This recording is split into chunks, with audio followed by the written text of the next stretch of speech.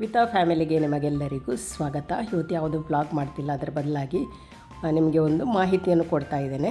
ಬೆಲ್ಲದ ಬಗ್ಗೆ ಮಾಹಿತಿಯನ್ನು ಕೊಡ್ತಾ ಇದ್ದೇನೆ.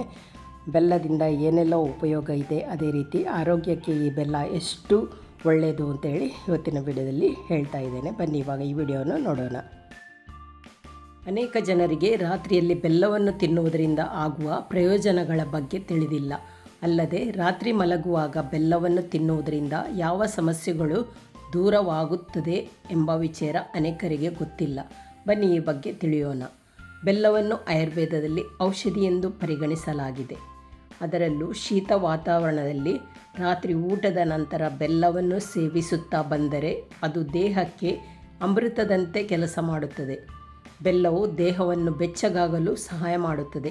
ಅಲ್ಲದೆ ಇದು ಆರೋಗ್ಯಕ್ಕೆ ಪ್ರಯೋಜನಕಾರಿಯಾದ ಪ್ರೋಟೀನ್, ಕ್ಯಾಲ್ಸಿಯಂ, ವಿಟಮಿನ್ B12 ಮತ್ತು ಕಬ್ಬಿಣದಂತಹ ಪೋಷಕಾಂಶಗಳನ್ನು ಸಹ ಒಳಗೊಂಡಿದೆ. ರಾತ್ರಿ ಬೆಲ್ಲ ತಿನ್ನುವುದರಿಂದ ಆಗುವ ಪ್ರಯೋಜನಗಳ ಬಗ್ಗೆ ತಿಳಿಯೋಣ ಬನ್ನಿ. ಯಾವುದೇ ಹೊಟ್ಟೆಯ ಸಮಸ್ಯೆಗೆ ಬೆಲ್ಲವು ಸುಲಭವಾದ ಮತ್ತು ಅತ್ಯಂತ ಪ್ರಯೋಜನಕಾರಿ ಪರಿಹಾರವಾಗಿದೆ.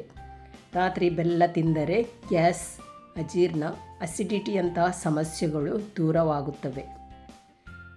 ಚಳಿಗಾಲದಲ್ಲಿ ಪದೇ ಪದೇ ನೆಗಡಿ ಮತ್ತು ಕೆಮ್ಮು ಬರುತ್ತಿದ್ದರೆ ಬೆಲ್ಲವನ್ನು ತಿನ್ನಲು ಪ್ರಾರಂಭಿಸಿ.